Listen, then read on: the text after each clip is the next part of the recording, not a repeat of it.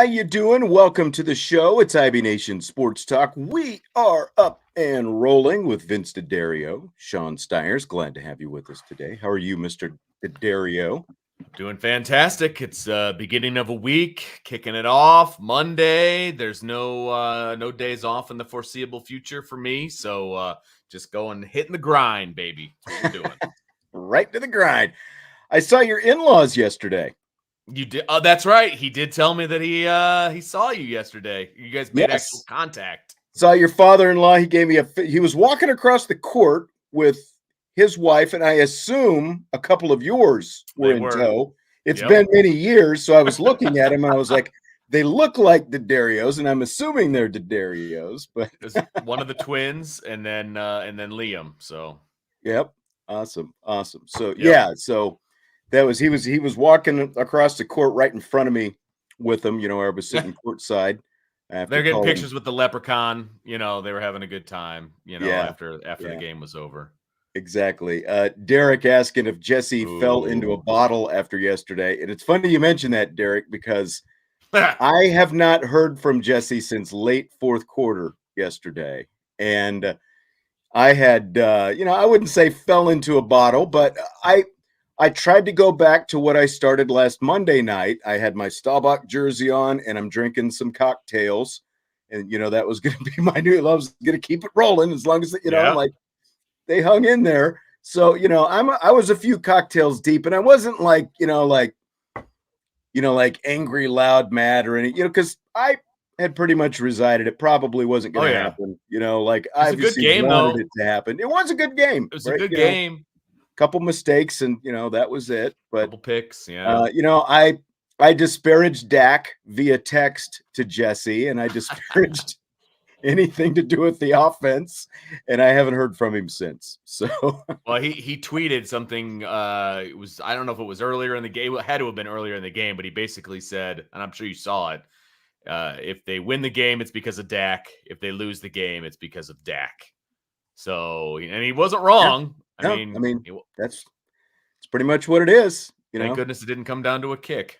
Yeah. So, I mean, it was just like, you talk about a weekend. It's like the men's basketball after the Bray thing, they get no juice. They lose to Boston College again on Saturday. And then, the women's game, I was talking about Chuck, and, they win, but they lose Dara Mabry. And that's, a big thing right now. And have not got official word, but it did not sound good.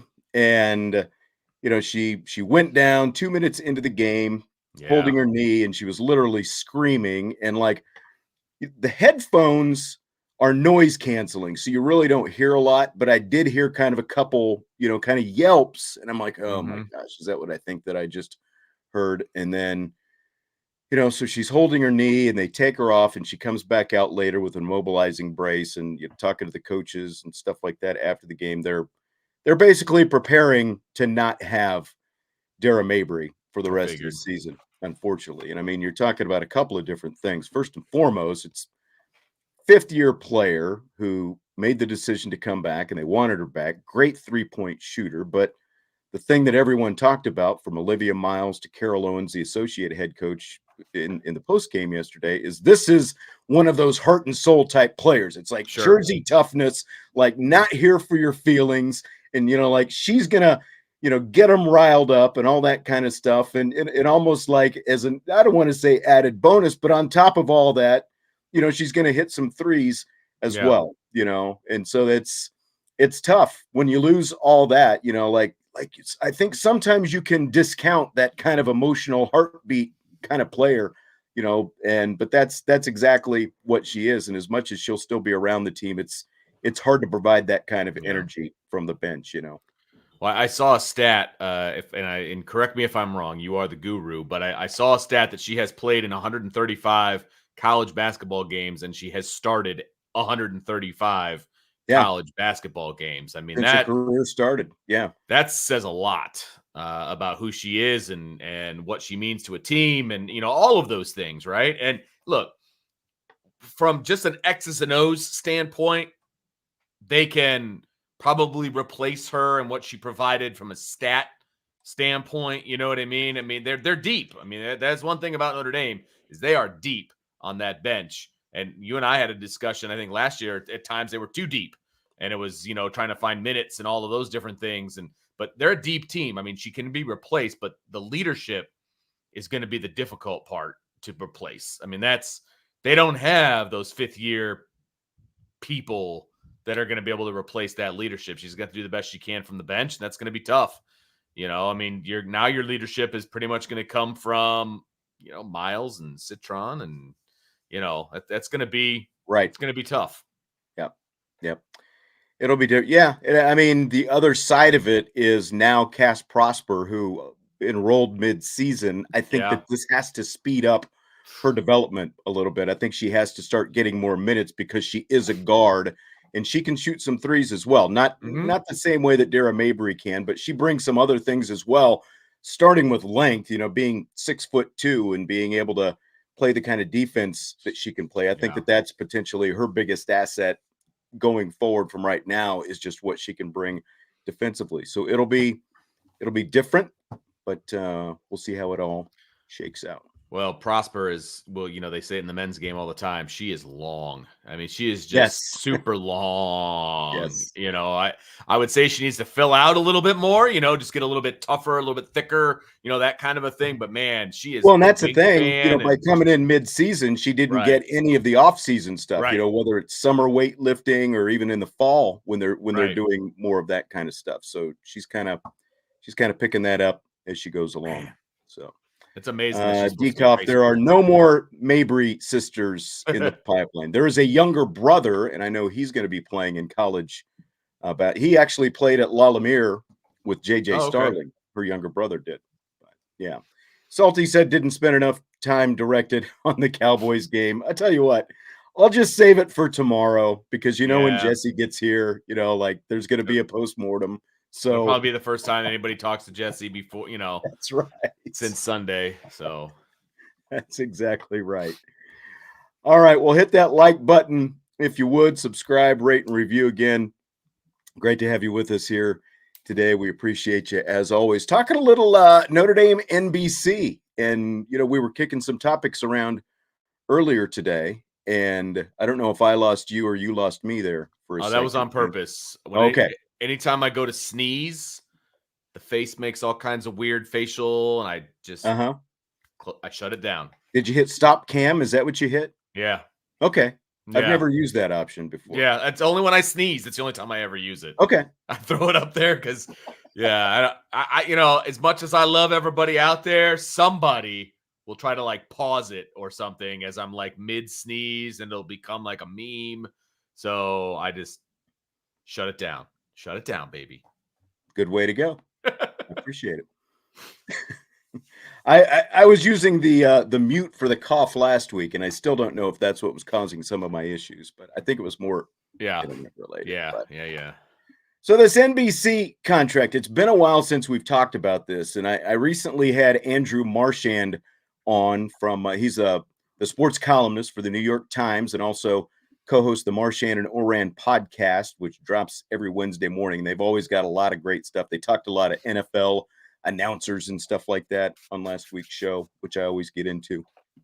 But, so I talked to him just about what the future could be with the Notre Dame NBC TV contract. And we kind of played, we're going to play some of his comments and some interesting stuff, both on the actual NBC TV booth itself with Collinsworth, Jack Collinsworth, of course, and Jason Garrett, your favorites, as well as the future of the contract. But, there was a lot of speculation about, UCLA and USC joining the Big Ten and the Big Ten getting the big contract. Well, this is going to force Notre Dame. They've got to join now because if you get into the Big Ten, there's going to be all this extra money and all this different stuff with the $100 million deal and everything else. And the SEC has a similar deal. We're here is Notre Dame, 6-7 months later, and as imminent as it, I guess it appeared for a lot of people. And I still think a lot of people nationally think that it's only a matter of time. But as we've talked about here plenty of times,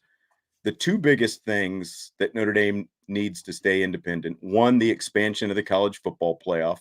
They've got that. Yep. And two is the TV contract, the extra source of revenue. And got a few years to go, but that's what we're going to talk about today. And I know you're excited about talking about it. I am, because I love to debunk the national talking heads on what they think about Notre Dame and what they think that Notre Dame has to do. Notre Dame doesn't have to do anything. And you said it. The expansion of the playoff has pretty much cemented Notre Dame's independence for the foreseeable First future, big thing, in my opinion. Yeah, exactly. I mean, that is huge for Notre Dame, and I realize that people feel differently about it. But if you were a Notre Dame fan, you should be. And again, I realize, well, we're never going to get a first round bye. They're always going to have to play the extra game, but okay, they get in the playoff, right? And they don't have to play. They have to worry about being squeezed. Yeah. So they're not really playing an extra game. I mean, that's the way I look at it. Is they're not playing an extra game. They're equaling up with those conference champions because they have to play a conference championship. Notre Dame gets to have a home game in December. Frankly, I think Notre Dame makes out better on that deal. Right. And Notre Dame, they get money from two main sources right now. They get it from the NBC contract, of course, somewhere 15, 16 million bucks, and another 10 or 11 million bucks, 26 or so million dollars combined, what they get from the ACC with that TV contract. And of course, NBC, as part of this new Big Ten deal, and their whole big thing, NBC is going to be adding their primetime Big Ten games this coming season. So that's going to be kind of interesting to watch. But Notre Dame athletic director Jack Swarbrick said after that deal was announced that he thought it was good for Notre Dame. He said it's perfect for Notre Dame. As a matter of fact, that he said that they needed more college football to effectively promote Notre Dame through NBC. So he's looking at this as a good thing. But again, Vince, I think a lot of people maybe thought that this NBC thing, NBC getting the Big Ten, was going to be bad for Notre Dame. Like Notre Dame might be getting squeezed out of this because it's like, oh, well, now they're adding the Big Ten. Do they really need Notre Dame and that kind of stuff? And I don't think it was ever really seen that way. I think from the beginning, it's like, now they've got another product. They had Notre Dame on Saturday. They had the NFL on Sunday nights. And now they've got even more college football to go along with it. It's going to be interesting to see what happens with the Big Ten and NBC for a couple of different reasons. Number one, what happens on September 23rd and October 14th when Notre Dame has primetime games, at home, against Ohio State and Southern Cal? What happens there? I'm curious, because if they have a Big Ten game that's also supposed to be in prime time, they certainly aren't going to push Notre Dame to Peacock or something. My guess is those could be now, and not knowing exactly what that contract with the Big Ten looks like. Sure. There might be X amount of Saturdays where they do these games, so that there could be an exception for the bit where it's like, okay, you're not going to get a primetime game because obviously Notre Dame is going to get a primetime game. Yes. And I don't care which Big Ten team you're talking about or what Big Ten matchup you're talking about. Notre Dame, Ohio State, and Notre Dame, Southern Cal will outdraw whatever Big Ten matchup that they happen to have that weekend. Sorry if that offends people. Yeah. That's a fact. I can't see Notre Dame ending up exclusively on the Peacock for those primetime games. Especially. Not a chance. No, because no way. Because, not knowing what the Big Ten game would potentially be, but really, if it doesn't involve a combination of Michigan, Ohio State, and Penn State, soon to be USC, but not this season. But I mean, if it's not two of those three teams involved, they can't play each other every week. And Notre Dame versus USC and Notre Dame versus Ohio. I mean, Ohio State. And Ohio State's a Big Ten game. And that's actually. And Derek reminded me of that. And in that case, I didn't even think about it from that perspective. But with NBC having that contract, there's actually a natural tie in there. And there's been some speculation there as well from John Oran from the Sports Business Journal, who, again, is the co-host of that podcast with Andrew Marchand, that maybe this means that Notre Dame will start playing more Big Ten teams in the future because there's a natural tie in there with NBC kind of being the intermediary. And I'd be okay with that to a degree. To Yeah. a degree, I would be okay with that. We've talked about the fact I enjoy when they play Purdue, Michigan State.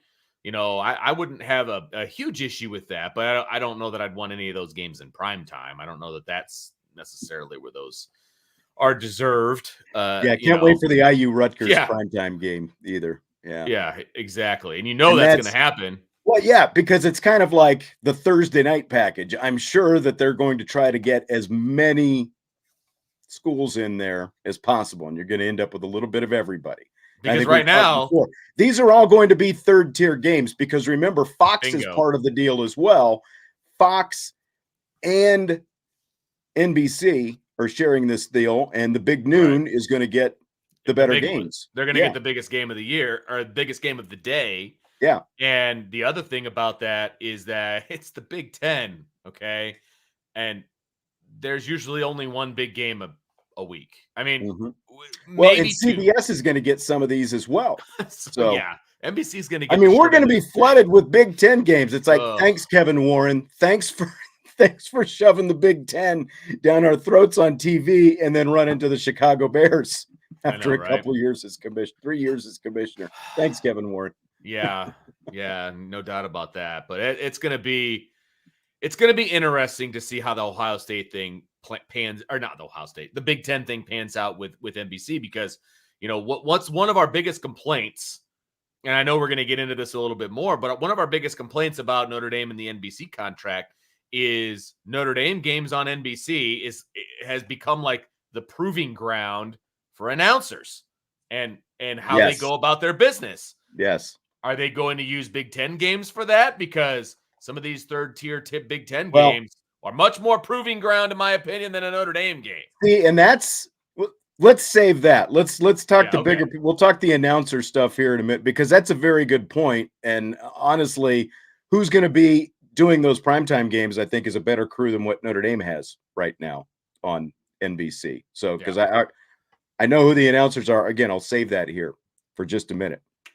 But I asked Andrew Marchand, sports media columnist, again, sports media podcast co-host, about this NBC and could that be good for Notre Dame? NBC getting the Big Ten and all that. Could that be good? Could that be bad? Here's where Marchand says they stand in all this. You probably get more money. I mean, I think they've been loyal to NBC, and they get paid well. From what I understand, I've heard numbers, but I'm not sure exactly what the number is. But they're in a good position. I mean, because the way these networks look at the teams, like when they talk about expansion, you talk about the Big 12 or the Big 10 or the Pac-12, and they look at the schools individually, like how much are they worth? And Notre Dame's worth the most. They're the most important individual school. That's why in the agreements with CBS and NBC and Fox. I mean, Fox has some ownership in the Big 12. Big 10 network. So it's a little bit more complicated with them. Notre Dame has a number put on it. My colleague John Oren reported that. And that is because they're Notre Dame, right? The other ones, it's like, well, if you bring in this team, we'll open up negotiations and try to be fair about it. And the networks are likely going to say, all right, we open them up and we're not giving you any more money. You want to bring another team? Divvy up the billions that you're getting already, and Notre Dame is special. And it's probably worth it for these, if they ever, you guys have sure talked about this a million times, but, they ever did go to a conference full time, what that would mean. And they bring great value. And so I think for now, in my opinion, and you're closer to it, so maybe you could shed light on it. I think they're going to stay independent for at least the next few years because they can. I don't think they need to necessarily join a conference. Maybe at some point they will, but not yet. And so that, again, is Andrew Marchand, and you hear some of his comments right there. What do you think when you hear all that, Vince? Well, he said that Notre Dame is the most, sought after. They make the most money. They're most valuable, whatever the term he used. I agree. I mean, there's a reason they have a deal for themselves, right? Even though it is not a highly lucrative deal at the moment, it will be. I mean, I'm not saying that they're going to pull down $100 million a piece because they're not going to, I don't think. But they can still make a pretty good chunk of change. They don't need to make $100 million a year. That's also that everybody needs to understand. They don't need to do that. Right. If they were pushing for $100 million, it would basically just be an ego trip type deal. Correct. Because it would be like, who has the highest, what was that thing when they were doing the apparel deals? Like Michigan needed to be the biggest by like $1 or whatever the stupid amount was, just so they can say they had the most lucrative apparel deal. Like, I don't think Notre Dame gives a hoot about that kind of a thing. They don't need to. I'm sorry. They do not financially need to join a conference. They don't financially need $100 million from the TV deal. Their athletic department isn't as big as the Ohio States and, those big state schools like that.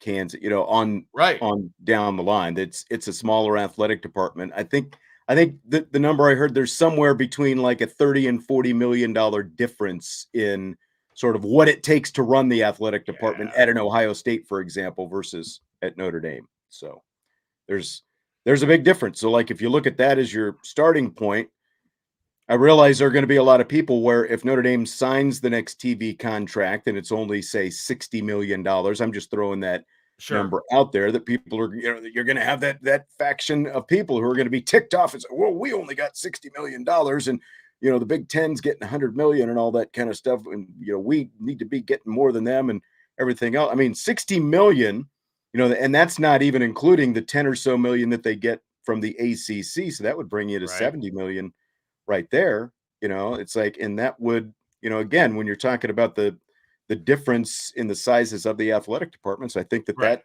is, especially when you're getting around 26 million total right now, you'd be getting almost 3 times that if you got to 70 million bucks. Well, and I think, and we're obviously going to jump into this, but I think, to me, if I'm Jack Swarbrick, if he's the sole voice in this, and I'm sure there's going to be other people that are going to have their voices heard, but he's going to be the guy leading the charge. If I'm Jack Swarbrick, there are bigger issues to me than what the size of the contract is financially. There just are. There are other things that I want with a TV deal that don't have anything to do with money. And I know we're going to talk about all of those different things, but those things are prioritized for me higher than what the paycheck is. And yes, you need to get more money than the 26 that you're getting. I don't disagree with that in any way. You're going to, without even trying, you're going to get more than that just because of the way things are going. But there are other things I would prioritize higher than what the total cost of that contract is. Yeah. D. Kovlas, any idea what the ACC network pays Notre Dame for televising sports, baseball, softball, soccer, etc.? That is all basically factored into what they get. It's all one and the same. Like, for example, not only are you not going to see Big Ten football on ESPN any longer, obviously, unless it ends up being a bowl game, but during the regular season, but Big Ten basketball games aren't going to be there either. I don't know how much basketball NBC is going to pick up, but CBS will again, they will get some of that. Fox will get some of that, but there's not going to be like these deals include the basketball contracts and that stuff as well. So what Notre Dame gets from the ACC, like these Olympic sports that you're talking about there, that's all part and parcel. Yeah. It's all part of it. And I mean, the way most of those coaches look at it is like they count their blessings if they have the opportunity to have a game on TV, because it's obviously free publicity for the programs. I mean, nobody cares about men's basketball at this point anyway, based on the comments and stuff. So, and Dekoff also said Big Ten on NBC is starting this coming season. It is. In fact, it will be this season. So it's going to be different. It's going to be different. It's going to be a lot different to see more of a NBC presence on Saturdays. And they're going to have to step their game up, in my opinion. They're going to have to step their game up and somebody said, James was talking about what he wants to see from a broadcast partner with Notre Dame. He wants to see the network to broadcast pregame and postgame shows for all games. NBC is going to have something, in my opinion. They're doing some of that right now. I guess it's the extent, I don't know that they're going to do. They've started doing at least more like post-game type stuff the last year or two, right? What, NBC? Yeah.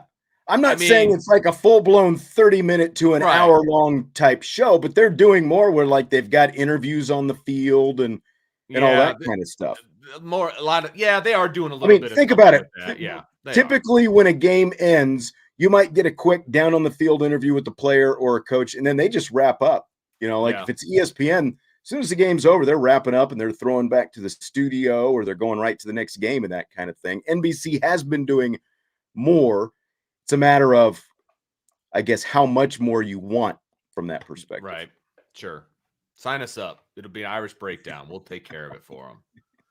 Just got to throw us some of that money. Yeah. And that's, again, the big question is how much more can Notre Dame get now when they're getting around $15 million a year from NBC plus another 10 or so million from the ACC. And that's the problem with the ACC is they're locked into their deal until what, 2036. Yeah. Like that was stupid. Right. They went for stability over profit essentially. And I don't know that that's going to keep them around or if they're able to renegotiate that or whatever, but I can guarantee you ESPN is just like, yeah, we're good right here where we're at. Because that deal is not great in comparison to the other deals that are being made across the way. Right.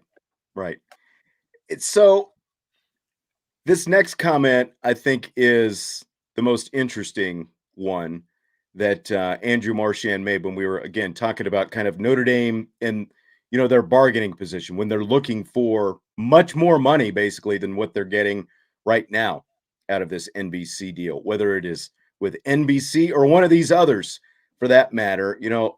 Are they going to stay with NBC? I think a lot of people assume they're going to stay with NBC, but listen to what Andrew Marchand has to say about it.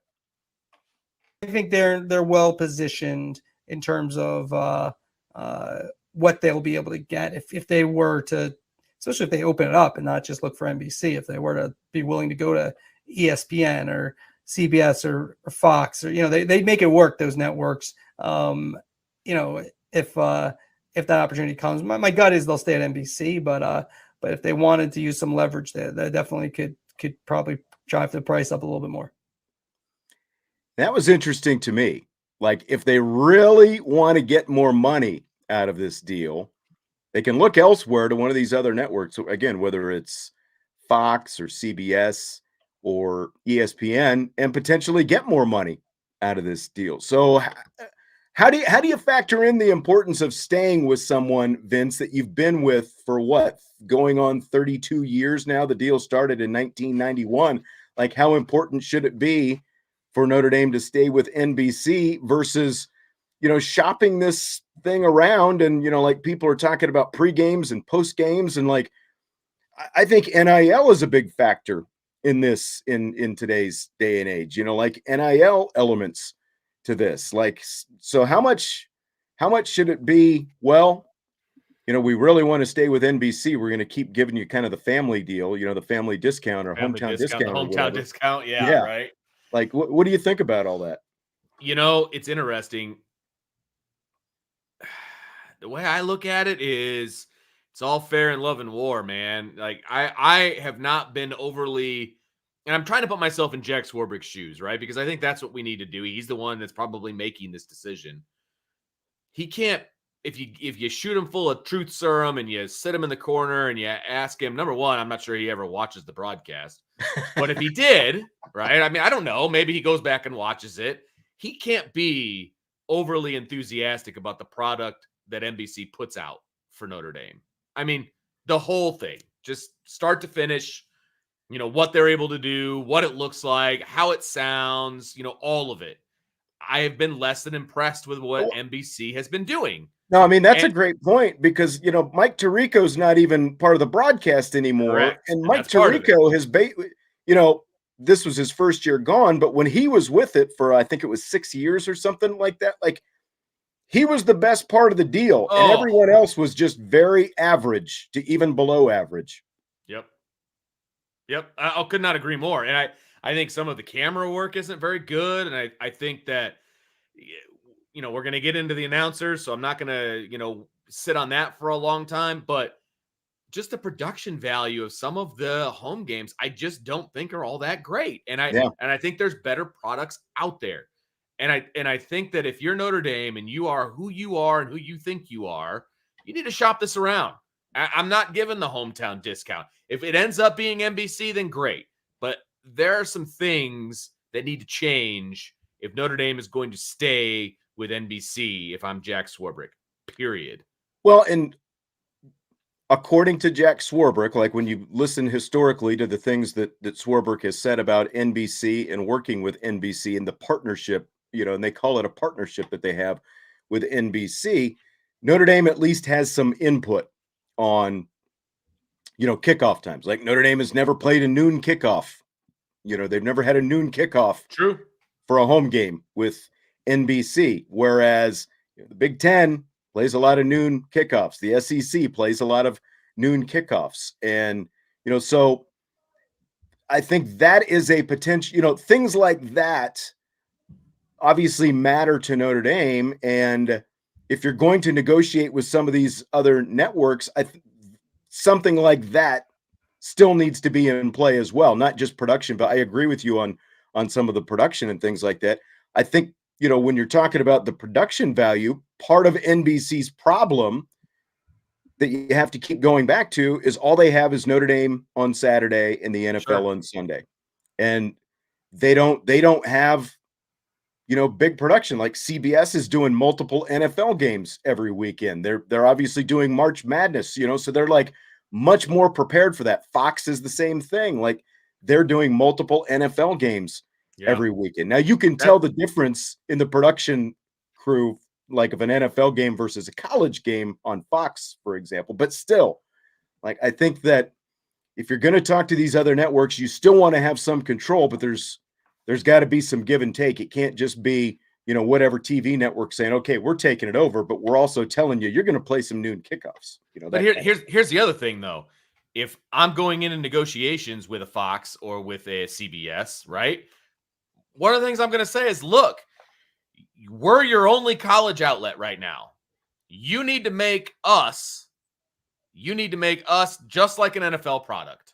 Right. That's what I want to see. It needs to have, and there's no excuse you not still to. need a college feel, but from a production look, it needs to be more NFL like. There's no excuse. No doubt about it. Same venue all the time, unless it happens to be a Shamrock Series, which are probably going to be in an NFL stadium, more or less, right? Or, going over to Ireland, right? So why can't it be like the NFL? Why can't the production value of a Notre Dame game be like the NFL? There's no reason for it. They can park all the equipment there. They could just leave it there for the 7 or so Saturdays that Notre Dame is home or whatever it happens to be. There's no reason it can't have an NFL product feel to it. None. Yeah. So this comment is from How Dumb Are LSU Fans? Irish Natty by 24. That's his handle. He says, I'm done with NBC. I'd really like to see another major change take place in this new era of Irish football. I'd like to hear maybe you expand on why specifically you're done with NBC. Like, I apologize if maybe you've already commented on that, but I don't remember, like why specifically, what do you not like about NBC? I agree with everything you're saying, Vince. Like, to me, the biggest one, the booth has to be addressed. That's my number one. And we're going to get to that here. That's next up on the agenda. Let me ask you this though first, and I know that this is going to, divide a lot of people. Maybe not even divide a lot of them, but people are probably going to get pretty upset just with me saying this word or these 4 letters. But I would assume ESPN is going to want to bid on this, especially since they did lose the Big Ten. So if it's ESPN, you probably do have maybe a different set of announcers every week for one, but like, would people like, would you be okay with ESPN? Because again, like ESPN is doing bulk college football games every week. They do a lot more games. I'm pretty pretty on record with what we saw from them this season. That was even more subpar than NBC. Like we've talked I about agree. how they missed, touchdowns in multiple games on camera. So what do you think about the prospect if ESPN were to get into this mix? So let me put it out there. I don't have the issues with ESPN that a lot of people have. Okay. So I'll just put that out there.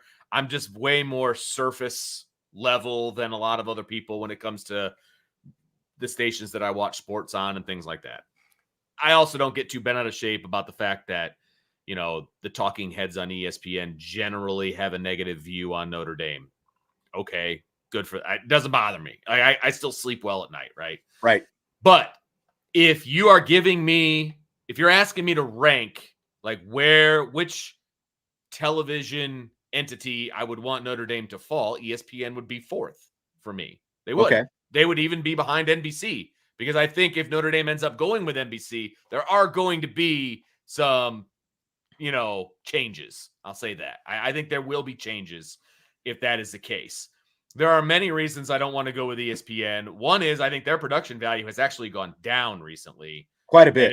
And it's been worse than NBC, if we're And being what's honest. saddest about that is they are obviously saving money still by not sending announcers on the road. Like, ACC Network is owned by ESPN, for example.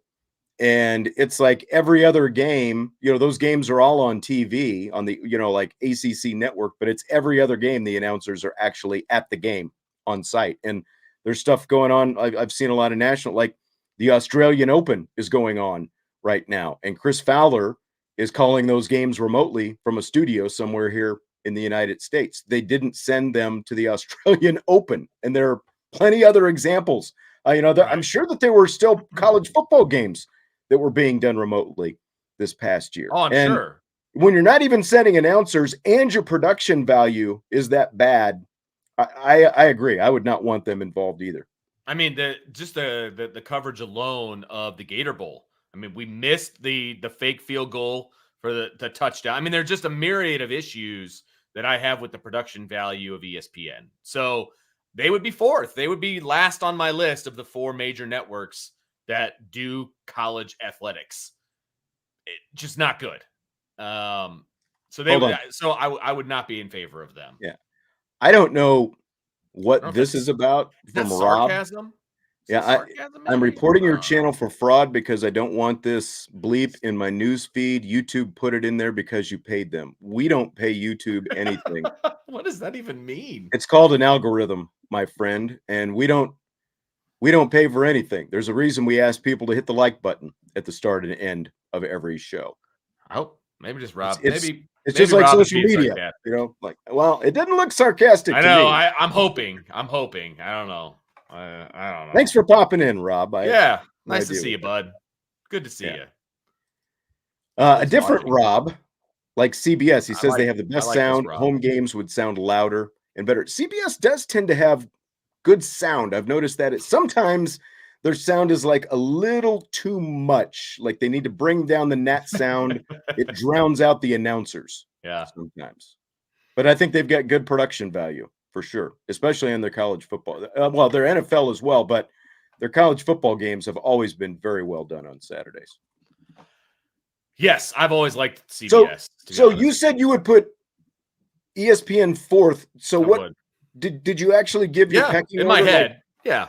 So who would you put at the top? I would put Fox at the top. If I had a choice in the matter, it would be Fox at the top. It would be CBS second. It would be NBC third. And it would be ESPN fourth. That's where I would go. And I think I would probably agree with that. Fox has recently leapfrogged CBS because back in the day when, 10, 15, 20 years ago, man, college football on CBS was like the truth. Like I really enjoyed watching CBS, Vern Lundquist, and the whole. I enjoyed football on CBS. Fox has leapfrogged them at this point. I think Fox's pregame show is the best that's out there. I think their pregame show is really, really good. I think they actually give analysis and they do a really, really good job. I would put Fox at the top, and then CBS is next. I think they still do a really good job with the NFL. Obviously, they would be next for me. Then I guess the family discount with NBC and then ESPN. Yeah, like people. I don't know. I guess I don't watch enough. Neither do I. to think about what shade other than Desmond Howard, but even he's kind of come around the last couple of years. I don't know if it's just because he likes Marcus Freeman and maybe he didn't like Brian Kelly or what, but it doesn't matter to me. They say what they need to say. People have opinions and they're all going to throw opinions out. And if you hear an opinion that's not talking good about Notre Dame, you're going to get ticked off at them, and you tend to blame, it's all about views and it's all about clicks and it's all about all of these different things. And when you throw shade at Notre Dame, you get views and clicks. And ESPN doesn't, they do profit from Notre Dame when Notre Dame's on the road. Right. Okay. But that's not their entity. So they're not going to prop up Notre Dame. And if ESPN does sign Notre Dame, just because they're saying nice things about Notre Dame doesn't mean it's true. Yeah. So, they're just going to say it to prop up their entity. So yeah, I don't care if they say bad stuff. I don't care if they say good stuff. It doesn't matter to me. At the end of the day, the only thing that matters to me is what the College Football Playoff Committee says about Notre Dame. That's it. Like Michael said, what we were talking about, ESPN's no longer broadcasting any Big Ten content as of this year. And it will be interesting to see if sort of that's a good point. Their love affair with the Big, how it continues. You still do have two very prominent Big Ten alums sitting on their most prominent show, College Game Day. You've got a Michigan man and an Ohio State man both on there. So I don't know. Oh, almost dropped my paper. I think one is much more biased than the other, even though there were probably a lot of people who would say both of them are biased. But I think the one that won the Heisman is a lot more biased than the one who didn't. Yeah. Agree with that. All right, so let's talk about the booth specifically, because good. This is a little bit of a longer clip, but I think you're gonna, there's some good information that Marchand has in here, because I asked him his thoughts on the Jack Collinsworth, Jason Garrett booth, and he gave a pretty extensive breakdown of what he thought. So have a listen. It's been okay. I was a little surprised. Like, I'd heard, basically the whole offseason that it was going to be Jack Collinsworth. Jack Collinsworth is inexperienced. He's 27, Notre Dame grad. His father, of course, is on NBC's Sunday night crew as the analyst. And so, to me, it's gotten a little bit better as he's gone on. But to me, Notre Dame on NBC is not a job that you're learning on. It's not maybe it's not the top job in college football in terms of doing 6-7 games a year, but it's Notre Dame. There's a reason they get so much money and they can be an independent, as you guys know. Yeah, exactly. You guys, I don't have to explain to you about who Notre Dame is to this audience that you have. So that was surprising. Jason Garrett, again, they generally haven't had people as the analysts with Notre Dame connections. Mike Golick and Golick Jr., they're dying to do Notre Dame. And they, for whatever reason, do not choose those guys. I think Jason Garrett's been okay. I think he sees the game well, and as an ex-coach, ex-NFL quarterback. And so I think it's been okay. I think when you look at his performance, if he was with a more experienced play-by-player, and not all play-by-players, even experienced ones, are good at this, but they can bring you to the right places where you need to go. And that's really important. And that's for Jason Garrett, having someone who's sort of still learning a little bit in Jack Collinsworth probably is not the best partner. I think they wanted Jack Collinsworth to improve. I think they made that clear to him during the season. And he's a young guy, so he can get better. And he has gotten, I think he's been a little better. Still, again, not full control of the broadcast, which at that level you kind of expect. It's not a learning level, even if you're 27. If you get that opportunity at 27, the expectation is you're ready to do it. So there's Andrew Marchand. Again, that's his breakdown of the Jack Collinsworth, Jason Garrett booth. And we've got a comment from James Delaney. He says he thinks Jack's fine. It felt great having a Notre Dame guy in the booth, but he's just not ready. And that's it. He's just not ready. And the only reason you're accepting him is because he's a Notre Dame grad. Like, Right. And really, if you listen to the broadcast, that the only reason you know he's a Notre Dame guy is because it was announced that he's a Notre Dame guy. So what you heard all of it there, Vince? What do you think? Mm-hmm. I think he's 100% on point. I mean, it's a Notre Dame broadcast, and maybe that's not going to be the number one broadcast of the weekend, but it deserves talent in the booth. It deserves I shouldn't say talent because that's just mean. What it deserves is somebody with experience. And he makes a very good point. And you and I have talked about this many, many times. If you want to have Jason Garrett in there, whatever. I really didn't have a huge problem with Jason Garrett. Jason Garrett and Mike Tirico is a lot different than Jack Collinsworth and Jason Garrett. Thank you. That's exactly my point. I thought he did a fine job. But I go back to when you and I started doing games together, and I was the rookie. I didn't have a clue how to do a broadcast. I knew football. I knew basketball. I didn't know how to do a broadcast. I was with somebody who was seasoned, knew what the hell he was talking about, knew how to do play-by-play and bring along a color guy and set me up. That's because you're a pro.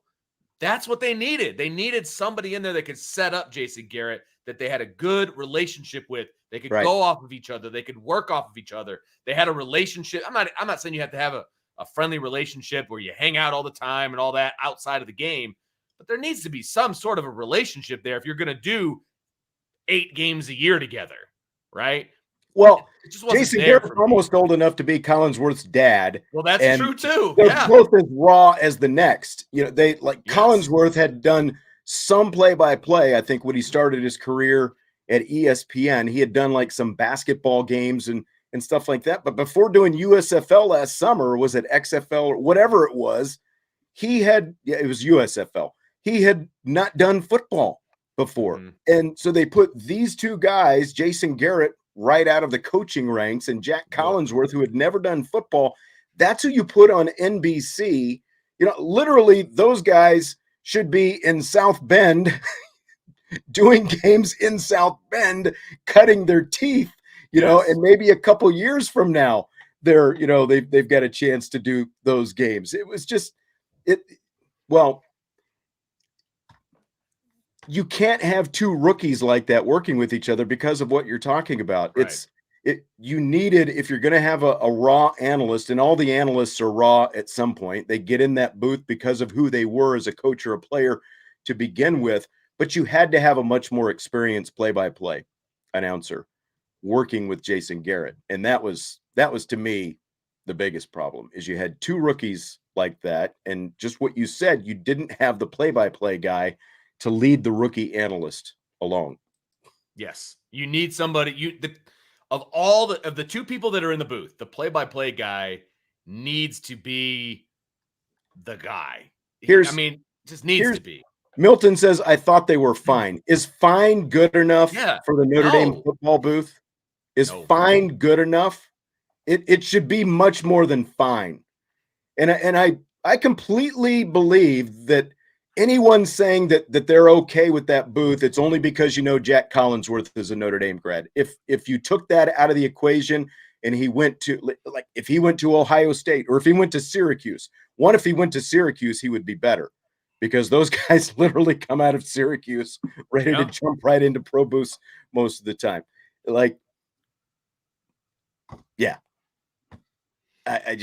If you didn't know Jack Collinsworth was a Notre Dame grad, you would not be fine with it. I guarantee. Exactly. I know. I absolutely agree with that. Absolutely agree with that.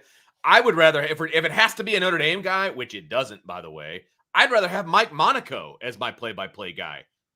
He at least has a bunch of experience, doing stuff. Now, not just experience, he's a lot better. And I'm not like slamming Jack Collinsworth just to slam Jack Collinsworth, but Mike Monaco is also a Notre Dame grad, and he's a head and shoulders better announcer. And he had a chance to be the radio guy a few years back when that came up, but they want, there were all these stipulations, I guess, that were put on it. And, he had other opportunities, and he's going to be part of the Boston Red Sox TV broadcasts this year. And he's still doing stuff for ESPN. And he does a good job. And I thought that he got some opportunities on the radio side at Notre Dame that maybe he didn't deserve early on. So it's a similar situation as Jack Collinsworth, but it wasn't as high profile by any stretch of the imagination. Right. But then now he's earned his chops. Like, he has put the time in and he has gotten to a place where he's better. As we sit here on January 23rd, he is better, and it's not close. It's not close. So Correct. if your caveat is that it needs to be a Notre Dame guy, he's the guy that I would go get to be the play-by-play guy. Right. Right. And again, the play-by-play, typically it doesn't matter, because the play-by-play guy, the ones who are doing it right anyway. Now there's some who are going, there's a difference between a network TV play-by-play guy and someone at my level who's, doing games for a specific team on the radio. Like, if you listen to a team radio broadcast, you expect there to be, there's like one, I do a lot of games solo. So that's a huge difference. There's going to be some opinions that are injected that, typically aren't, like, you don't expect, and there shouldn't be as much opinion from a network play-by-play guy compared to the analyst. Like, correct. Jack Collinsworth, the play-by-play guy, should give you the facts with whatever, emotion and enthusiasm that he wants. And, Jason Garrett or whoever the analyst is, it's their job to do, more of the opinion type stuff. So again, you don't even, I'd be curious to know, like, how many people even know what school most of the other play-by-play guys went to. Exactly. And that's the point. I mean, Right. that's your point, right? I mean, exactly. It doesn't have to be two Notre Dame guys in the booth. That's ridiculous. Number one, I'm sorry. That's ridiculous. Now, I will also say I have no problem if a Notre Dame guy is the color analyst. I really don't have a problem with that. And that would probably get people to be more excited about the Notre Dame broadcast. So let me play that, because that's the final for this segment anyway. That's the final Marchand soundbite that I have. I asked him about, because again, Marchand lives in New York, works in New York, and he covers, sports media on a national basis. So he has no dog in the hunt. Like, there's no bias for him one way or the other. So I asked him, because we're talking about a network TV broadcast on NBC, and they are doing a national game every week. So I asked him, what are his thoughts on, should there be a Notre Dame analyst in the booth? Is that acceptable if there's a Notre Dame analyst in the booth? And I think his answer, it kind of caught me off guard a little bit. Here's what he said. I believe in going with the best or good, right? So if you evaluate Mike Golick as an analyst that he's good, then I think it's fine. That if he has a Notre Dame, if he went to Notre Dame, and obviously there's a love for Notre Dame, with the idea that as critical as you can be on a college broadcast, where you have a contract with an institution, so there's going to be whatever anybody wants to say. You're not going to be like crushing Notre Dame, most likely. And you don't need to do that necessarily, but you just need to be able to see the game and call it as if you didn't go to Notre Dame. So in my opinion, I think it'd be fine to hire someone for Notre Dame. Now, you don't want a raw broadcast. It is NBC. I get it. They have to deal with Notre Dame, but they play USC, some years, that game's, and whoever they're playing, you have to respect, you have to do a total broadcast, right? Who'd they lose to at the beginning? Toledo? Was that the game they lost? Marshall. They played Toledo last year. Marshall was the one. Yeah, Marshall. So Marshall, that game, that was Jack Collinsworth's initial broadcast. That game, they did not tell the story of Marshall well enough. I get it. It's disappointing. And there's a huge Notre Dame angle, but you need to tell me Marshall's story on a national broadcast when they're having this significant upset, and they didn't do enough of that. And that's, again, I can't put that on Garrett. I got to put that more on Collinsworth, because he's the one who needs to lead the way and understand how you're going to do this broadcast. And so, so just overall, to answer your question, I don't think you have to not have a Notre Dame person. I think you could have an analyst who's from Notre Dame. They just have to be really good. In other words, if you're qualified, you should have the job. 100%. And if it happens to be a Notre Dame guy, then great. I mean, there are guys out there, but it's a short list of analysts that I think would be appropriate to have in the Notre Dame booth. And if that was the case, then great. But don't just dig up anybody who happened to play football at Notre Dame and stick them in the booth, especially if it's going to be with a play-by-play guy who's so green. That's how I feel about the whole thing. I would be fine if certain guys were in there. Yeah, I would love Jason Rocket and Bettis to be. But this takes me to here's what the booth is going to be for NBC's Big Ten broadcasts, the primetime broadcasts next season. They have already reported on it. It is going to be Noah Eagle, who is Ian Eagle's son, who is like Jesse's age, I think, in that Jesse Jack Collinsworth age, in the mid-20s someplace. And Todd Blackledge is leaving ESPN, and he is going to NBC. And I realize that, there's going to be people who don't like him. That's fine, whatever. But Noah Eagle, again, Ian Eagle's son, again, you could say, well, nepotism and all that. And I don't know, you've watched some of the Nickelodeon NFL games, haven't you? I have not. Oh, I was thinking that you watched some of those the last couple of years. No, I don't have Nickelodeon. Do you know who Ian Eagle is? You've heard of Ian Eagle? 100% know who he is. Yeah, I've heard many Noah of his Eagle. broadcasts. Noah Eagle, again, Syracuse guy, mid-20s. It's like, to me, he even sounds a little bit better than his dad. So it's like, when you start talking about nepotism, he is going to be, it's going to be night and day difference if you watch a Collinsworth Garrett booth do a Notre Dame game, and then you hear Noah Eagle and Todd Blackledge do a primetime game that night. He does, he's filled in on CBS for some games, doing some NFL games. I think NFL Network. He's done those Nickelodeon games. He's the voice of the Los Angeles Clippers. So this is a young guy. He's actually got some with a ton of experience. Yes. And I'm fine with that.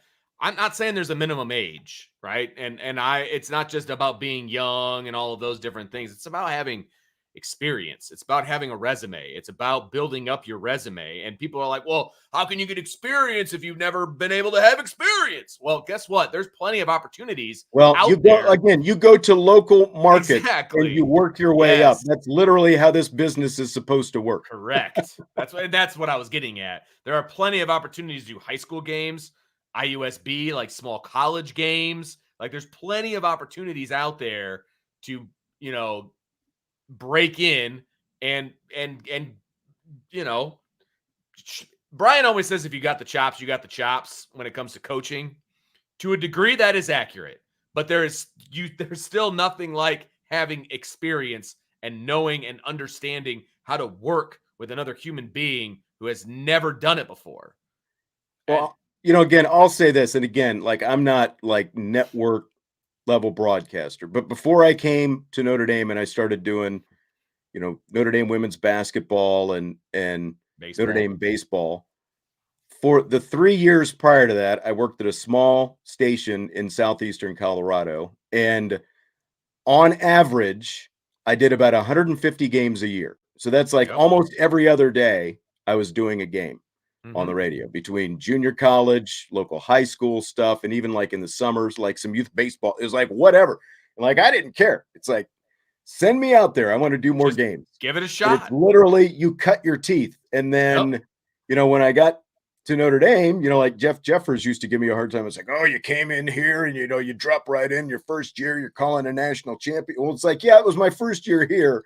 But, for 5 or 6 years prior to that, I had, worked in places that no one has ever heard of, right, and called a lot of games to get ready for that point. And when I got to that point, it was just another game, basically, because I had done so many games. It's somebody just brought up Keith Jackson, and Keith Jackson is actually, when I was in college, one of our broadcast professors used to talk about Keith Jackson. He got his start in Boise, back in the 1940s, when Boise wasn't even nearly as big as it is now. And there was no Boise State football, but his thing was, you got to go to Boise, start in Boise where nobody cares what you're doing, cut your teeth and make your mistakes and work your way up.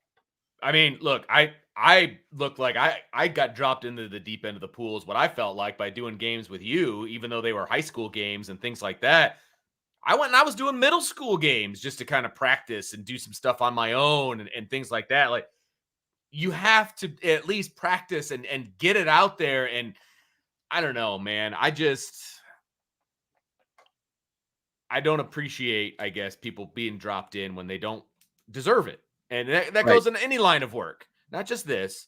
But since we're talking about this, that's what I'm referring to. And like you said, if you've got the chops, you've got the chops. And that's true. But again, like Noah Eagle and Jack Collinsworth are about the same age.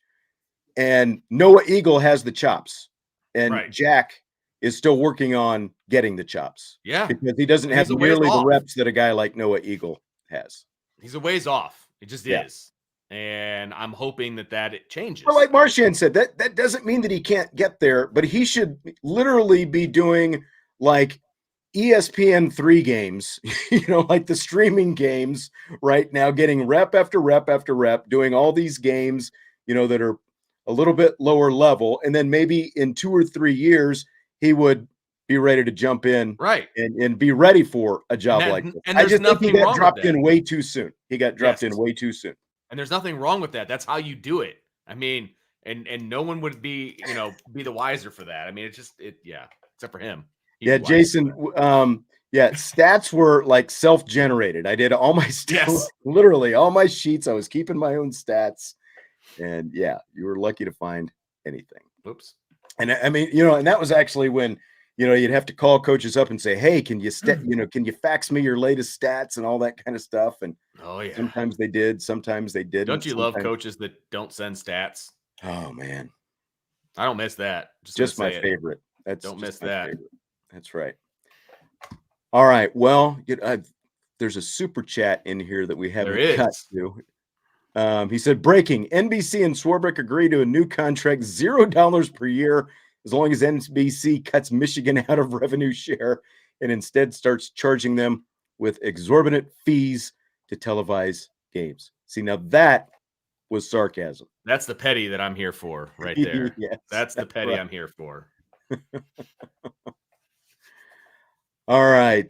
James said, whichever broadcaster gets it, I want a big voice play-by-play and a Notre Dame guy as the color commentator. Fox would be perfect because Brady Quinn is already there. And with that, Vince, are you ready for rapid fire? It's time. It's after 7 o'clock, and we're hitting rapid fire. Let's go. Man, have we been going for that long already? Yes, we have. Over and out. We could talk about this particular topic for a very, very long time. I think you're right. Very long time. I think you're right. So funny they brought up Brady Quinn because that was the next topic. It's going to be our lead topic for rapid fire. He's the golden goose. Like when it comes to, that's who everyone wants to do these games, whatever network it happens to be on. People want Brady Quinn in that booth doing Notre Dame football games. And he is under contract with Fox, and he's got a pretty good gig with Fox between his daily morning radio show that's nationally syndicated, the Big Noon Kickoff show that he does. And he does, I think he does a little bit of NFL. He does some college games as well. So like he's working his way into being sort of the Fox version of Herb Street, I guess, Yep. But I asked Marchand the challenges of like, say they really did want Brady Quinn, if it's NBC, to come over to NBC. How do you make it worth his while to do that? Making it worth his while thing is the problem, because when you look at his gig, I don't know exactly what he makes, but it's 12 to 15 weeks when you probably get through it all in terms of Big Noon Kickoff. Then he does a couple NFL games here and there. He's on some of their shows during the week, right? Notre Dame 6-7 games a year. And so I just don't think that's probably going to work out just because they're on the same day. It's not like you could say, all right, we'll share them. I mean, the games are Saturdays, prominently. And so, so I don't think that works. In theory it does, but I don't think in practice. I think the issue is, Fox, his gig with Fox is too much better and more lucrative, I would presume, than what Notre Dame would likely pay him, or NBC would likely pay him to do Notre Dame. So there's Andrew Marchand once again, and Derek says Fox would give us Matt Leinart, which is that would be like the perfect irony. But so So let's say, Vince, NBC, like we're talking about the TV contract, and let's say NBC offers Notre Dame $70 million a year for the new rights. And I'm just, Okay. making a number up, but Put it's numbers out there. pretty healthy number, right? That's a Because I think really we all healthy think number. 70 million, that's like probably in the ballpark of what Notre Dame would want to go for if they get. So let's say NBC offers 70 million bucks, but Brady Quinn is still under contract with Fox. Well, what if Fox offered $55 million a year, but they guaranteed that Brady Quinn was going to be part of the broadcasts? Would it be worth it? There's still one unanswered question for me, though, is who's the play-by-play guy? That would be important. At least we know Fox has a pretty big stable. They do. You're right. You're right. Either way, they would be better. Either way, they'd be better than what they got now. So you're right about that. Okay. So I think you seriously consider that deal. Okay. Because the Notre Dame fan base would be out of their flipping minds if Brady Quinn was going to be the color analyst. He's the golden goose, just like you said. And I think that with everything that would come with that, I think you make up that money. I some way, some form or fashion, I think you're making up that money. I think everybody makes up their money. I think that gives Fox a chance to make more money off those broadcasts, period. Absolutely. And I having Brady Quinn be a part of it. I think if you're Fox, or if Notre Dame is going to go with Fox, I think one of the stipulations is that, okay, number one, we are never going to be in the noon slot. It's never going to happen. Okay. That gives Brady Quinn an opportunity to travel from wherever he's at with the big noon kickoff to Notre Dame Stadium. Unless Notre Dame is playing like a Big Ten game, for example, and big noon kickoff is there. Is part of that. Yeah, exactly. Fine. Like that would be the only Notre Dame plays Wisconsin here in a few years, assuming that ever happens. Right. It's supposed to be at Lambeau, I believe. Right. Yeah. Right. So if big noon kickoff is at Lambeau and fine. I have no problem with that. But if you're guaranteeing that Brady Quinn is going to be the play-by or the color guy, I think you have to really consider that deal. I would. I absolutely would. And yes, pairing him with Gus Johnson would be a home run, everybody. Home run. No doubt about it. I agree. I completely agree with everything you're saying. Like you talk about the perfect setup, even though you might be taking a little bit less money, all things being equal, if you're taking a little bit less money to go over to Fox, because remember, you're still going to be getting something out of that ACC deal as well. You're going to be getting a few million extra bucks. Then you get to add the golden child, Brady Quinn, to this whole thing. You're going to make Notre Dame fans happy. And again, I think you're going to make a lot of advertisers happy if Brady Quinn was a part of that. I think it would be the perfect setup. It would be that would be like if Fox offered Brady Quinn to be the Notre Dame game analyst as part of the deal to get Notre Dame over there. To me, that would be the perfect situation. That would be like, how are you going to turn that down? I wouldn't. I really wouldn't. I mean, I just think that's two win-win-win. Gus Johnson, Brady Quinn, Fox. Let's go. Let's go. They would get a hometown discount from me. Like I would. I mean, the $55 million, I guess, would be somewhat of a hometown discount at that point. But I would seriously consider a hometown discount for Fox. Yeah. Now, Chi-Town says Fox will make us play at 11 a.m. That would have to be like Notre Dame's.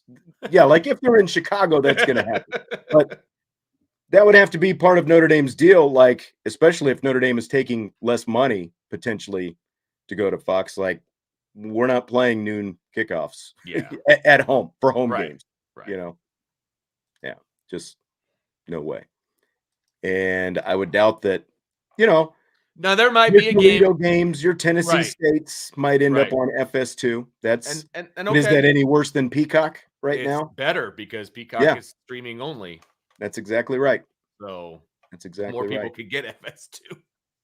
Jason asked, is there a station that plays the game from the stadium? Like back home, Bama fans would listen to Eli Gold on the radio with surround sound instead of the TV broadcast. Is Eli Gold like the PA announcer? I mean, is that what you're listening to? The PA announcer?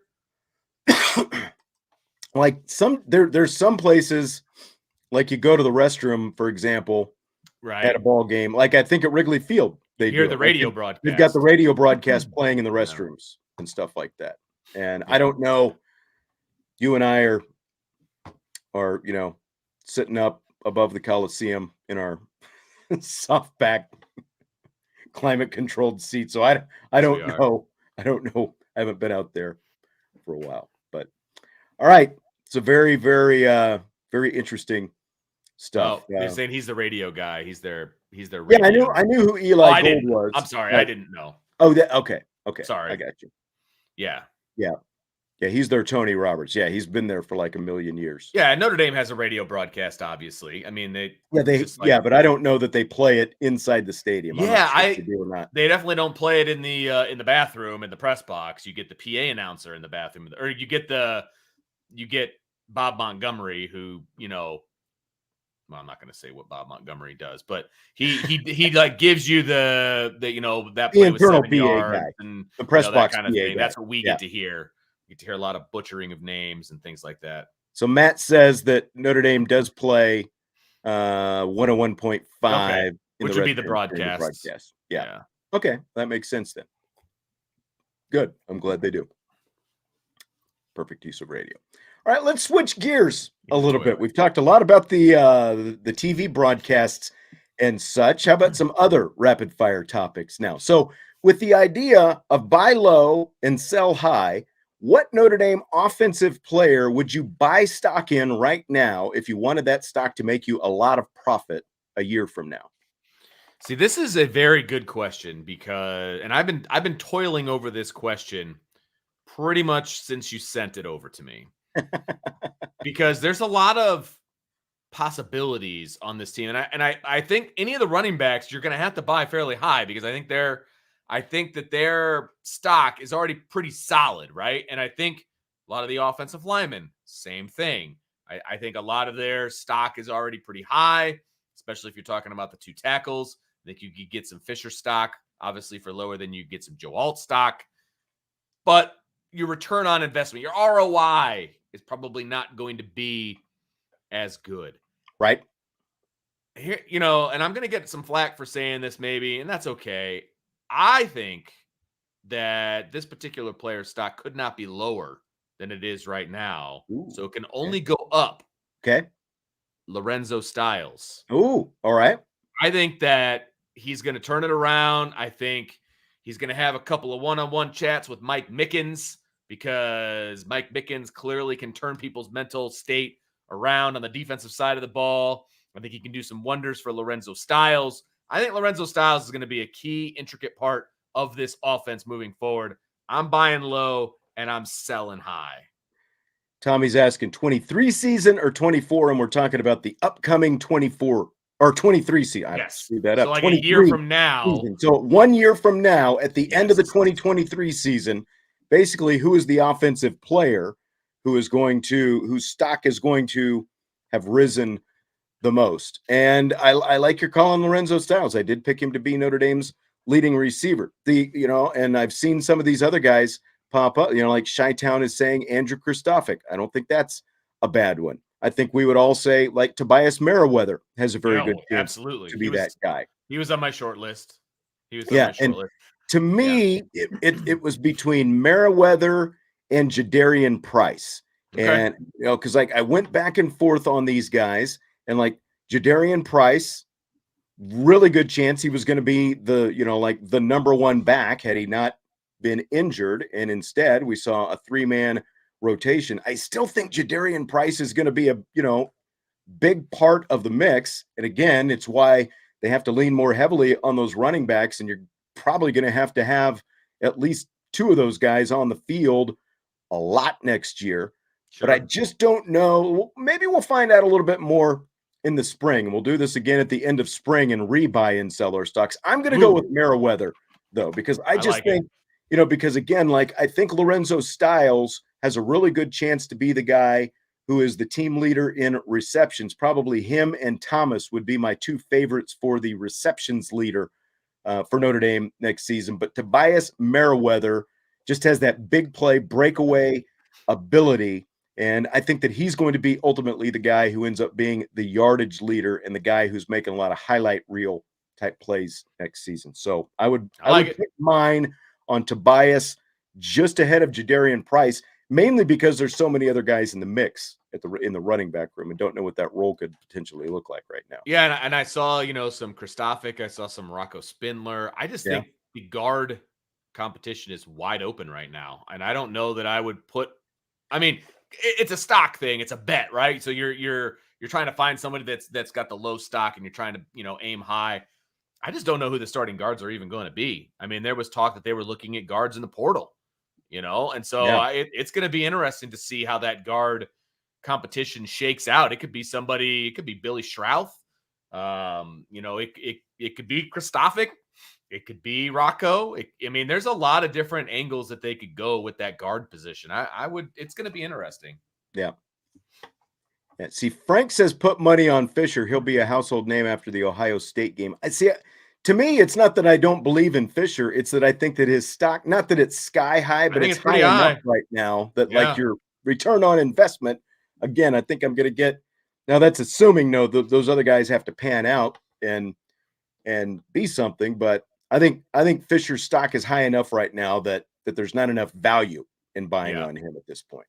Yeah. If I was going to take a guard, it would be Billy Schrauth right now. Because I think that he's got the highest ceiling, and I don't think they've forgotten about him, quote unquote, but like he hasn't played yet, right? But I think at least a little buzz on him, pre-bowl buzz. I would wonder where his stock would be set.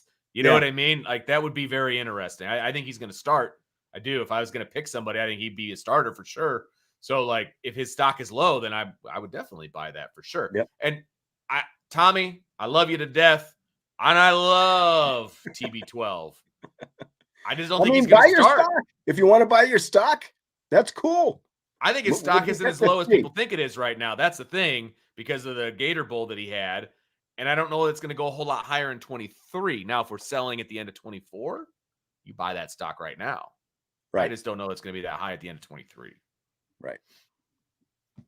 I agree. Good call.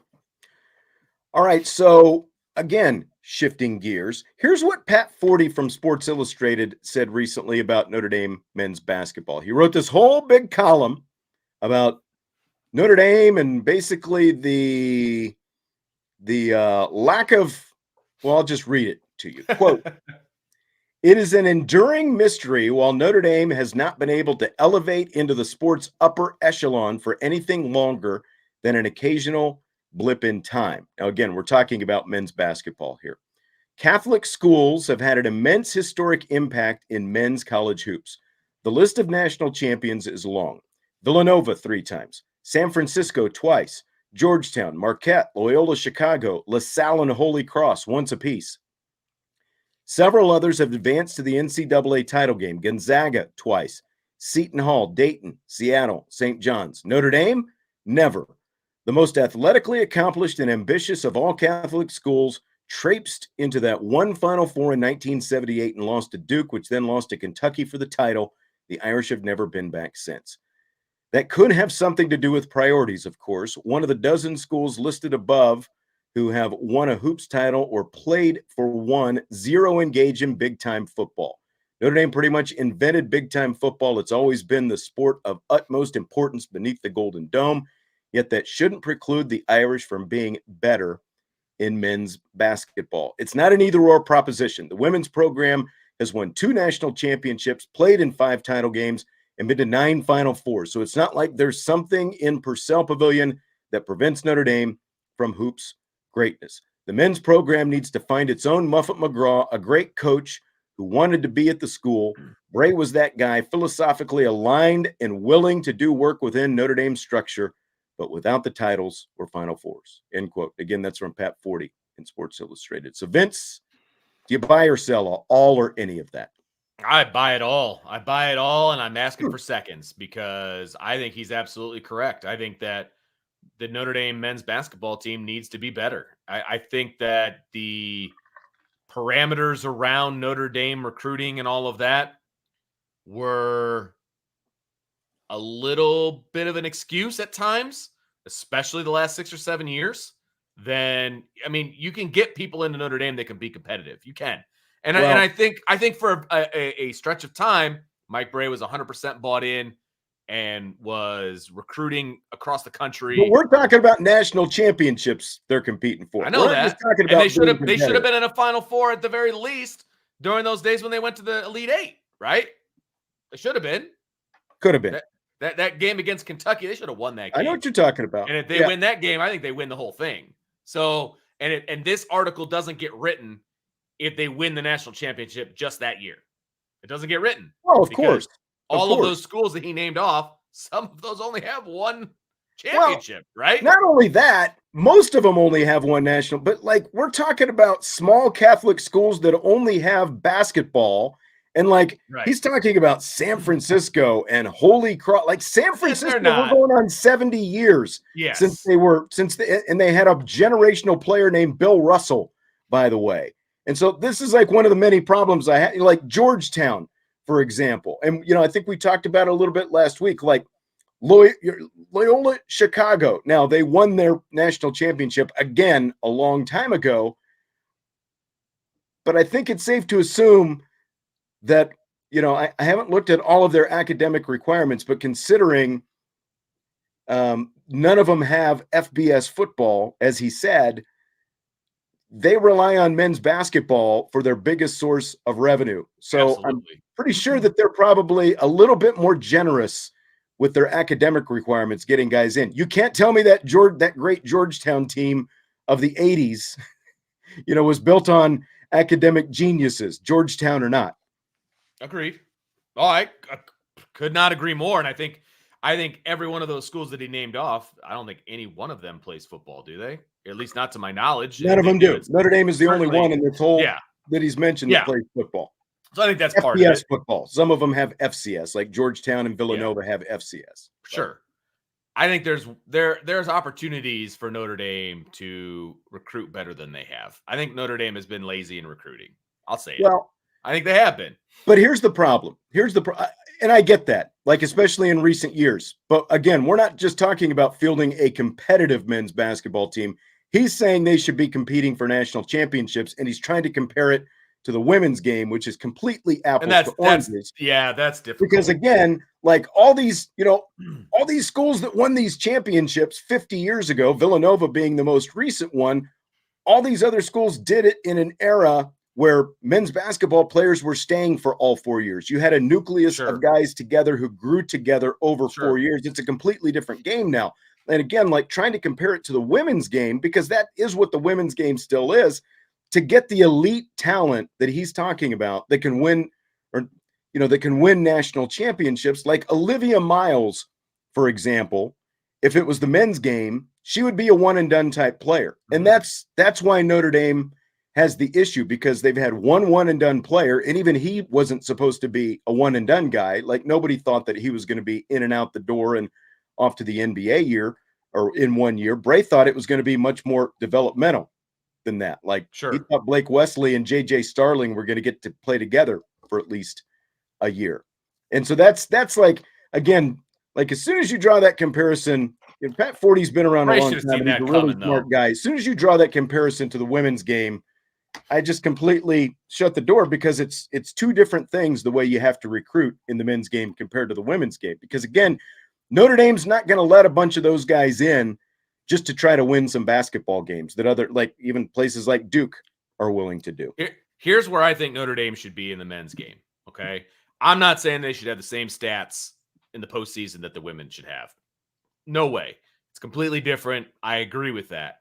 And Bray embraced that in the middle part of his tenure, I think, right? It was the be old, and the whole thing. And I think that worked past tense at Notre Dame. I do. I think it did. It's a different game now, right? The guys aren't as patient as they used to be with NIL and the transfer portal and all those different things. That's not the roadmap to be successful, right? At Notre Dame or anywhere. And I think he didn't adapt, right? The fact that he thought Blake Wesley was going to be around for 2 years, that was mythical thinking on his part. There was no chance that was going to happen. And it's not because of how talented he was. There was just no way that was going to happen. And if he You didn't just see call that it like coming, it is. It's because of the grades. Like he was never Yes. going to make it in he school. didn't go to class. Right. He didn't go to class. And if he would have done any homework, he would have realized he didn't go to class in high school either.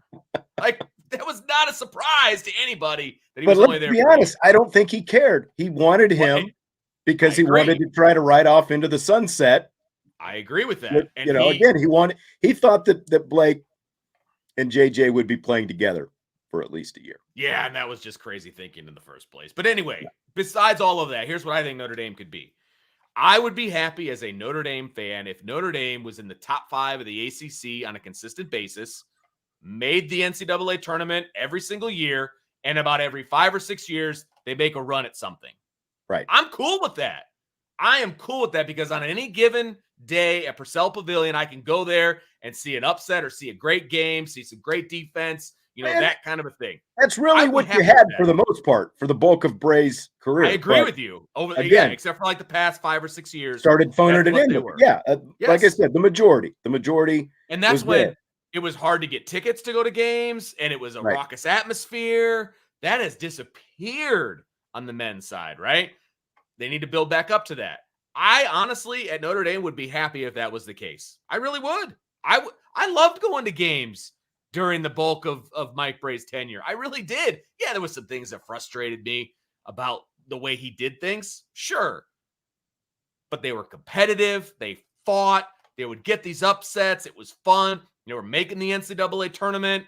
You could, get an upset here. Like, it was fun to watch Notre Dame basketball. It was appointment TV for me. It was appointment TV for me to watch Notre Dame men's basketball. It's just not anymore. And I think that's the same way as it is for a lot of Notre Dame fans out there. Right. Need a new energy, need a new vision, need a specific way of doing things.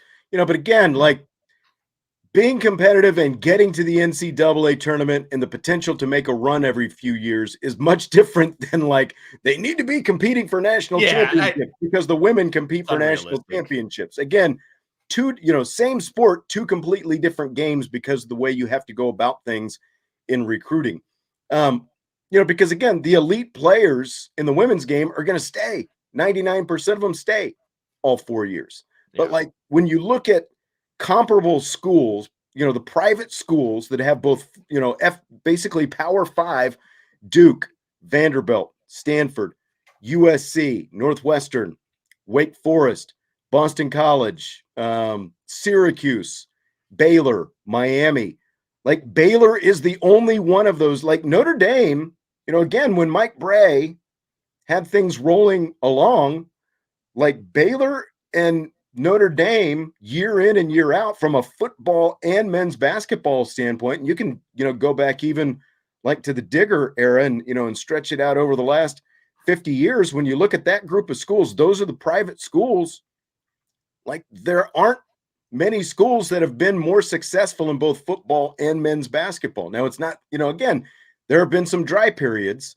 Sure. Baylor has obviously been more successful because they've actually won a national championship. But again, they have shown that they're more than willing to, win at all costs, basically, with the way they've done things at Baylor. It's much different down there. So, like there's been success, but there's a heck of a lot more room for improvement right now because things have just fallen so far off in the last 5 or 6 years. It is very much similar, in my opinion, from a recruiting standpoint that it is for football. Yes, you have restrictions. You do. And Marcus Freeman has blown a lot of that up. He's like, I'm going to go recruit the best and we'll try to, and then we'll figure out the rest later. Right. That needs to be what they do in basketball. And one guy, maybe 2, can make a huge difference in a basketball program as opposed to a football program. You need 10, 15 of those guys. Well, again, like if Notre Dame's not going to bend academic requirements to get football players. I'm not saying they need to bend academic requirements. You're telling me that every 5-star basketball player is a moron? No, but the other part of that, part of this maybe gets figured out when if and when one and done goes away, like those guys just can go to the to the pro ranks once again. But there's also that risk that Notre Dame has to weigh in terms of, do we think this guy is going to be at least a 3-year guy since they're trying to get their degrees in 3 years? And I get it. And you might have to bend a little bit and you can say, hey, yeah, he's going to be here for 3 years when you know in the back of your head that's not going to be the case. Like he's probably going to be a one and done, or he might be a two and because done. Okay. I've got to think the 3-year deal, and it's not just football, but I have to think it's because of the 3-year rule in football. You can declare after your junior year, and so for graduation rates and everything else, they start up. They get them in the summer, and they get them on that accelerated rate. So I think that has a lot to do with it. Yeah. Oh, I agree with you completely. I just, they need to expand their thinking when it comes to recruiting. And I'm sure whoever the new guy is going to do something. I mean, we'll see, but it's going to be interesting to see how it goes. Concur. Vince, with the Bills losing to the Bengals, the AFC Championship game is not going to be played at a neutral site. There's been a lot of talk that the NFL wants to go to neutral sites for conference title games. Do you buy or sell that idea? Huge sell. That's a huge sell for me. I do not like that at all. I think, having a home game and a home atmosphere is what makes the NFL so great. I think, honestly, Super Bowls are very just dry, sterile. I think there's the word I was looking for. Thank you. They're very sterile. They just, it just feels so much more corporate than the championship games, the AFC championship game, the NFC championship game. If they do not put those in neutral environments, I realize why they were going to do it this year because of the cancellation and all of that. I get it. It was the thing that made the most sense at the time. I get it. Do not do that as a normal thing. There has to be a reward outside of, only one team right now gets a bye.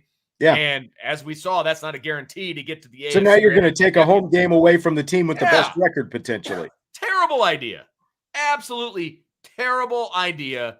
I hope that goes in the garbage. All the other sports play their playoff, just like the NFL right now, play their playoff games in home stadiums. The NFL is the only one that plays its championship game on a neutral site, with the exception of college football, of course. But that's, and most likely we're going to see on-campus playoff games and stuff like that. But yeah, I completely agree. Why would you want to take away one of the best aspects, like that championship game weekend, the home stadium environment, just the crowd going nuts and the whole thing, and giving the fans of that market, as you said, not just the team, but the fans of that market as well, that has earned the number one seed.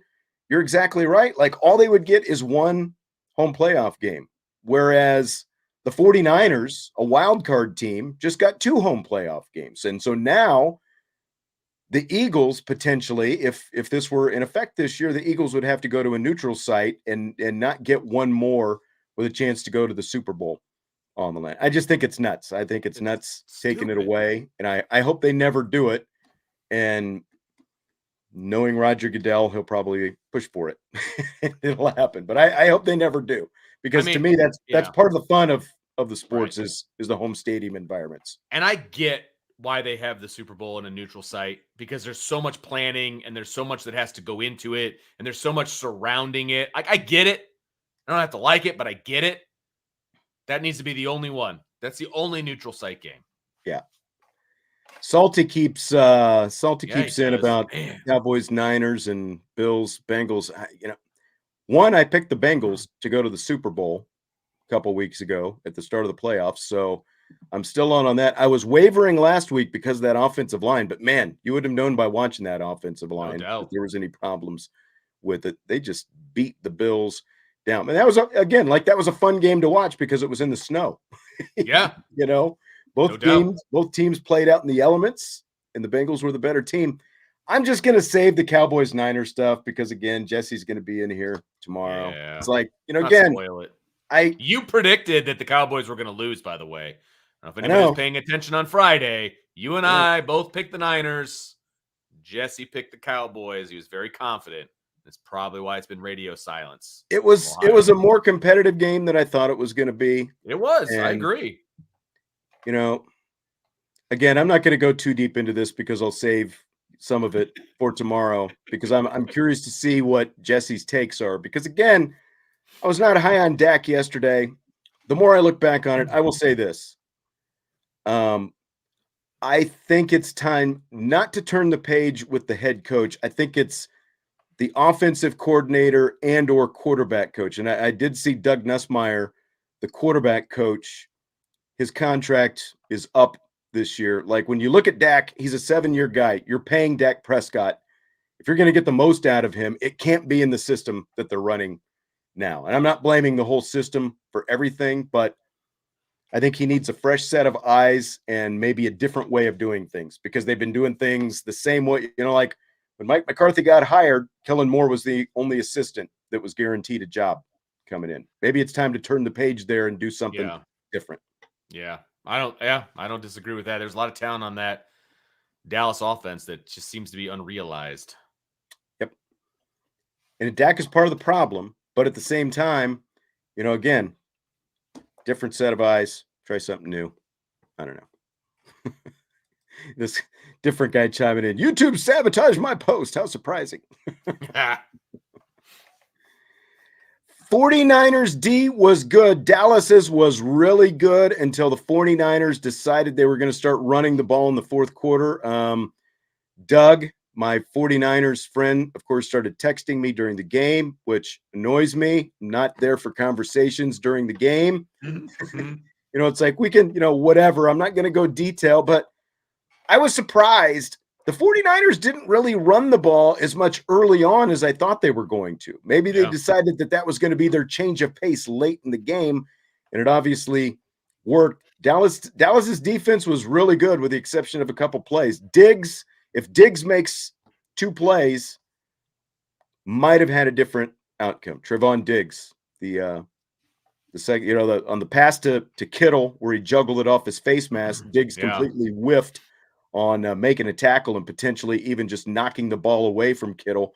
And then, of course, that deflected ball. It's a deflected ball, but still it was right in Diggs' hand.